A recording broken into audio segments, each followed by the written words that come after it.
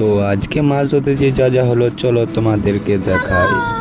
So hello guys, good morning. তো আজ আমি সকাল উঠে দেখি কেউ যেন আমাদের ঘরের সামনে পুকুরে মাছ ধরছে। আর এই পুকুরটা ছিল এই ভাইটার, তার কিছু বন্ধু বান্ধব এমনকি ভাইদেরকে নিয়ে এসে মাছ ধরছিল। তো তারা মাছের অনেক রকম খাবার নিয়ে এসে মাছ ধরছিল। তো কি কি নিয়ে এসেছিল চলো তোমাদেরকে দেখাই। তো এটা ছিল পিঁপড়ের ডিম, এটা ছিল খোল ভাজা, এটা ছিল জিরে ভাজা, আর এদিকে ছিল চাটনি, পাউরুটির ময়দা আর ভাজি মশলা। তো তারা 4-5 রকমের আইটেম নিয়ে এসেছিল মাছ ধরার জন্য। আর এদিকে আমি আমার বন্ধুদেরকে নিয়েও মাছ ধরতে বসে পড়েছিলাম। আর আমিও বড়শিতে ময়দা লাগিয়ে ফেলে দিলাম।